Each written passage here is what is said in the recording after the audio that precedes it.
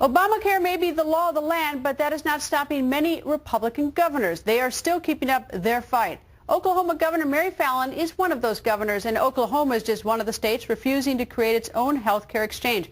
Governor Fallin joins us. Nice to see you, Governor. Nice to see you, Greta. So tell me, why do you not want to set up a state exchange, instead defer to the default one?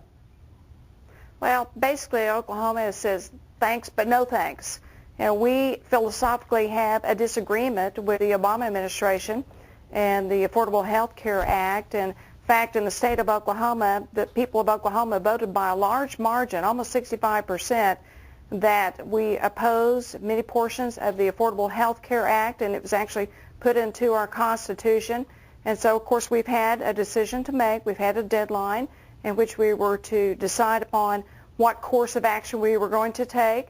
And we feel like that if we would have set up a state-based exchange, that it would have been a state-based exchange in name only, because I am hearing from other governors who have tried to set up a state-based exchange and have had them for a couple of years, that the administration is now saying that doesn't qualify for what we're looking for a state-based exchange.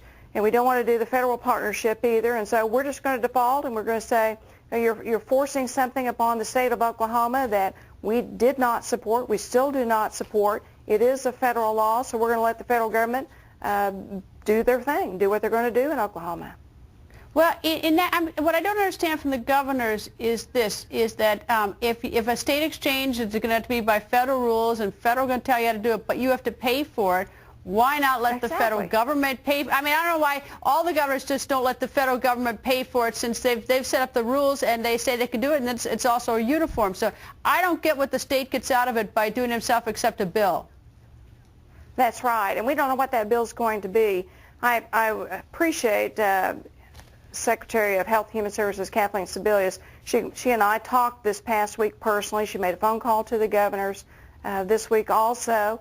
And, we talked about how important it is that governors have answers to questions, that we don't know all the details yet on what's expected from the state, especially as it relates to setting up the exchanges and of course, even the Medicaid expansion itself.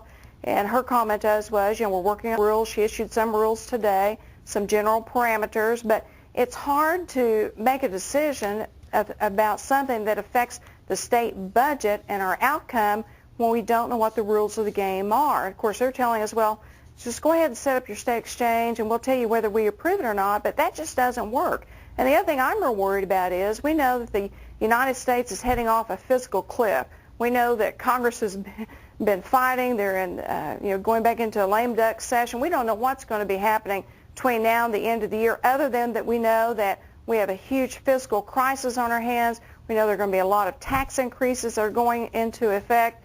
We know that Americans are going to be shocked when January comes, and there's many different things that are going to trigger, whether it's the expiration of the Bush tax cuts, the AMT, whether it is increases in the Affordable Health Care Act and the penalties. I mean, there are so many things that are going to trigger to increase taxes upon not only individuals, but upon businesses, and certainly even upon state budgets.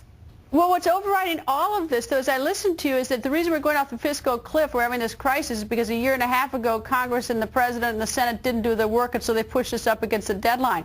The reason you don't know what's going on with the state guidelines, they're still writing them now, but they've had a health care law for 2 years. I mean, what in the world do they do here in Washington? They don't get their, I mean, it's bizarre. I know you used to be a member of Congress, but no one's doing any work getting anything done. And frankly, if you don't even know what the rules are, how in the world can you set up an exchange on their promise that they're going to do it right later, when frankly they don't have a long history of doing things on time and right? Well, I'm not sure they're even going to have the money to do it in the first place. I mean, we're in a lot of trouble as a nation. And when I questioned the Secretary Sebelius about the rules, I said, look, you've been a governor, I'm a governor. You got to understand that I'm making decisions based upon the current information that I have, and I'm not sure how much it's going to cost me. We're estimating it's going to cost the state of Oklahoma hundreds of millions of dollars, and that money's got to come from somewhere. And then you take the fiscal cliff and the predictions that we could go into another recession if Congress doesn't get its act together. It's uncertainty. It's a mess for not only my state, but for the nation. Governor, nice to see you, and I hope this gets sorted out for everybody soon, but I'm not holding my breath. Nice to see you, Governor. Nice to see you, too.